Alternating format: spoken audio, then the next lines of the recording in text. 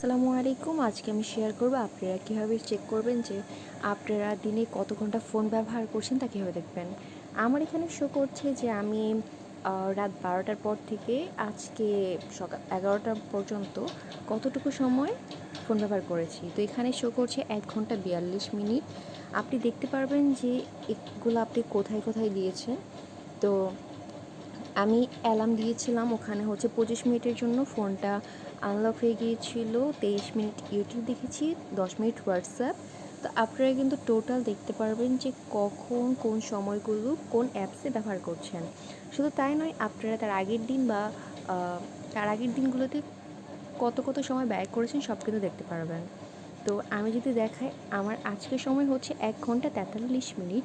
গতকাল ছিল 2 ঘন্টা 17 মিনিট। আমি সারাদিনে প্রায় 2 ঘন্টা 17 মিনিট কিন্তু ফোন ব্যবহার করেছি। আপনারা কীভাবে দেখবেন? আপনারা চলে যাবেন সেটিংস থেকে চলে যাবেন ডিজিটাল ওয়েলবিং নামে একটা অপশন আছে। এটা মোটামুটি সবার ফোনেই থাকে। তো এটা জাস্ট ক্লিক করবেন, তাহলে দেখতে পারবেন যে আপনার ফোনে কতগুলো নোটিফিকেশন এসেছে বা আপনি কতবার আনলক করেছেন সব কিন্তু দেখতে পারবেন। তো যাদের ফোনে এই